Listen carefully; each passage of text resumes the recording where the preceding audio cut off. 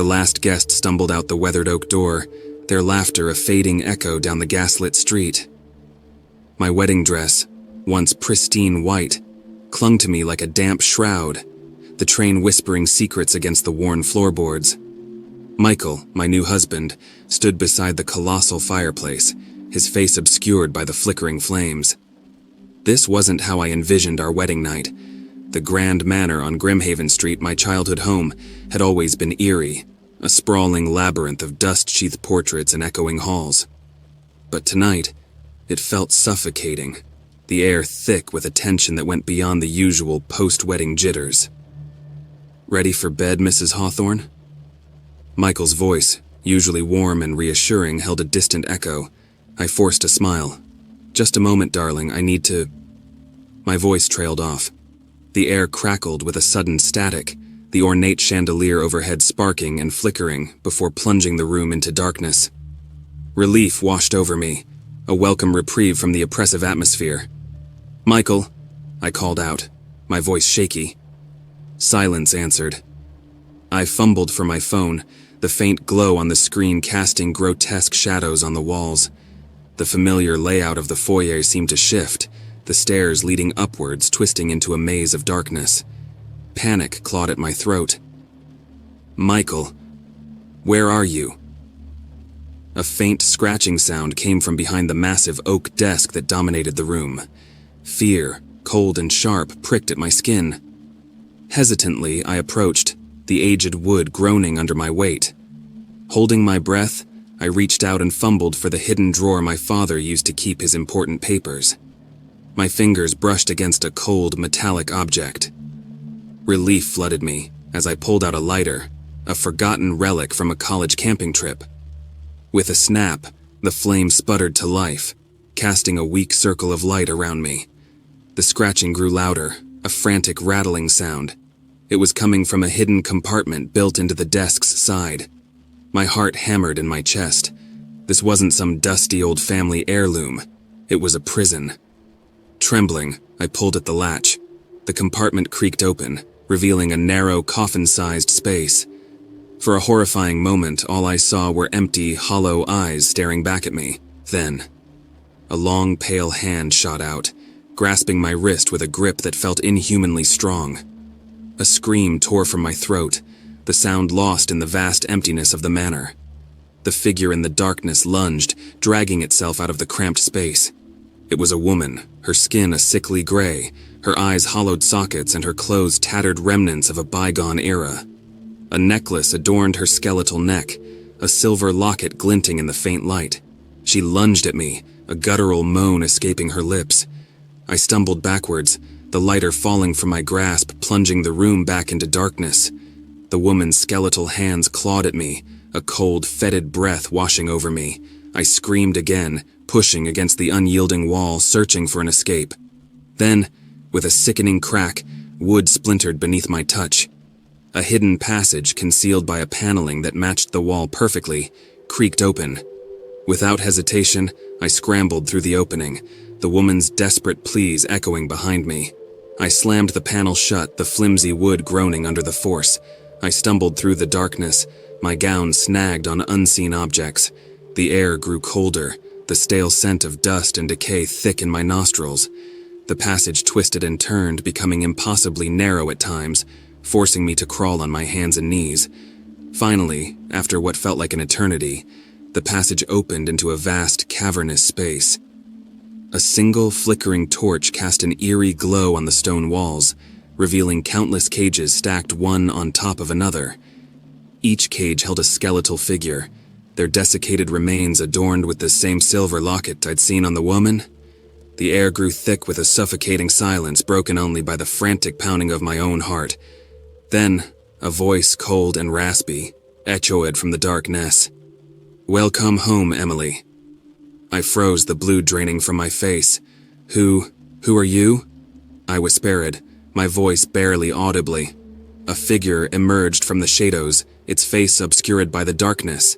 A singly, skeletal hand reached out, a silver locket dangling from its bony fingers. The hand with the locket stopped inches from my face. My breath caught in my throat. It wasn't the same woman, not the one who attacked me. This figure was taller, cloaked in darkness, its face hidden beneath a tattered hood. "Don't be afraid, Emily." The rasping voice echoed. "This isn't what you think." Fear warred with a strange sense of familiarity. The voice, distorted as it was, held a melancholic melody that tugged at something deep within me. "Who are you? Why did you call me Emily?" The figure stepped closer, the torchlight revealing a threadbare cloak adorned with a faded crest, a raven perched on a skull. A cold dread settled in my stomach. The crest from Grimhaven Manor, the same one that adorned my family's signet ring. "I am what remains of your lineage, Emily," the figure rasped. "A guardian sworn to protect this legacy, cursed to this fate." My mind reeled. Was this some elaborate prank? A morbid family tradition gone horribly wrong? Yet the desolate cages filled with skeletal figures, the woman with the locket. It all felt far too real. "My name is Evelyn," I managed, my voice shaky. "I don't understand. Why are there people in cages? Who is the woman who attacked me?" The figure sighed, the sound hollow and mournful. "Those imprisoned were sacrifices. Sacrifices made to uphold a bargain, a deal struck generations ago." A horrifying realization dawned on me. The whispers about Grimhaven Manor, the rumors of dark rituals and a hidden past, weren't just stories. "What bargain?" I whispered, the words tasting like ash in my mouth. "A pact for power, for influence," the figure said. "Your ancestors sought dominance, a way to secure the family's position. They offered their loyalty and the souls of their descendants." My stomach lurched. "My descendants? That means—" The horrifying truth hit me like a physical blow. "Michael, the woman who attacked you," the figure continued, "was your great-grandmother, Amelia, bound to this place for eternity, tasked with collecting the payment for the broken pact."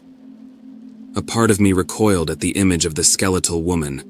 Another part ached with a newfound empathy. Trapped in a cycle of horror, condemned to snatch the souls of her own bloodline. "But the locket, why does it have the same crest as—" I pointed to the signet ring on my finger, a heirloom I'd inherited. "The locket," the figure rasped, "is the key. It contains a fragment of your ancestor's soul, a tether that binds Amelia to this place. It also binds you, Emily. As long as the locket exists, the cycle continues." Panic washed over me, trapped in a nightmarish ancestral bargain. And Michael? Was he already— "What about Michael?" I choked out. The figure remained silent. A long, oppressive silence that answered my question more brutally than words ever could. Suddenly, a guttural moan echoed from the depths of the cavern. My head snapped towards the sound, fear turning to icy resolve. I couldn't stay here, trapped in this macabre family history. "Help me," I pleaded to the figure. "Help me break the curse. How do I destroy the locket?" The figure hesitated, its shadowed form shifting. "There is a way, Emily," its voice whispered, "but it requires sacrifice." A cold sweat slicked my skin. Sacrifice? What kind of sacrifice? Could I bear another loss in this night of horrors? "What sacrifice?" I asked, my voice barely above a whisper. The figure extended its cloaked hand, revealing a single, flickering candle. "The key lies within the flames, Emily. But you must choose your own freedom, or the life of another." The weight of the choice settled on my shoulders, heavier than the jeweled bodice of my wedding dress. Was I strong enough to make this choice? To condemn Michael to save myself, or break the curse for both of us at a terrible cost? As I looked at the flickering candle, the hollow eyes of the imprisoned souls seemed to stare back, their silent pleas adding to the burden of my decision. The mournful wail of my great-grandmother echoed in the cavern, a chilling reminder of the consequences of inaction. Time seemed to stand still in the flickering darkness of the cavern. The answer, a bitter choice wrapped in the flames of a single candle, awaited. Tears blurred my vision as I stared at the flickering candle. My wedding night, a celebration of love and commitment, had become a battleground for souls. Michael, the man I pledged to spend my life with, lay somewhere above, likely succumbing to the same fate as my great-grandmother. The image of his kind eyes, his warm smile, fueled a desperate hope. There had to be another way. Maybe the figure was testing me, manipulating my fear. Drawing a shaky breath, I looked at the figure. Is there no other way? Can't we? There is always a price. The rasping voice cut me off. The flames hold the answer, but they hold destruction too. Choose wisely, Emily Hawthorne, for this choice will echo through generations to come. My gaze bounced between the imprisoned souls, their vacant eyes filled with a silent plea, and the flickering candle, a symbol of both hope and destruction. My fingers tightened around the locket, the cold metal a stark contrast to the heat rising from the flame. In that moment, I understood. The curse wasn't just about power, it was about loyalty, a twisted test of whether the descendant would choose self-preservation or honor the pact, even at a terrible cost. With a newfound resolve, I ripped the locket from my neck. The figure recoiled, a gasp escaping its hidden form. "No!" Its voice echoed in the cavern. Ignoring the rising panic, I held the silver locket over the flickering flame.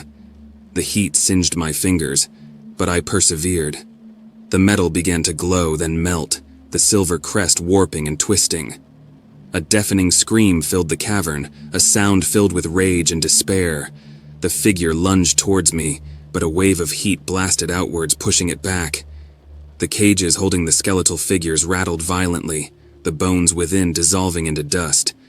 The cavern trembled, the air thick with the stench of burning metal and decaying flesh. The flickering candle sputtered and died, plunging the space into darkness. Disoriented and battered, I stumbled blindly towards a faint light filtering through a crack in the wall. Clawing my way through, I emerged into the familiar dust-laden foyer of Grimhaven Manor, the first rays of dawn painting the sky a pale orange. Michael lay unconscious on the floor, the remnants of the hidden passage collapsed around him. Relief flooded me, quickly replaced by a chilling emptiness. The sacrifice had been made, the curse broken, but at what cost? I knelt beside Michael, his chest rising and falling with shallow breaths. He was alive, but what future awaited us? Would he remember the horrors of the night? Would the weight of my actions forever stain our love? As the sun rose higher, casting its light across the worn floorboards, I knew one thing for certain. Grimhaven Manor, with its dark secrets and twisted legacy, would no longer be our home. The cost of freedom was a heavy burden to bear, but a burden I would carry with the hope that someday, love could heal the wounds of the past.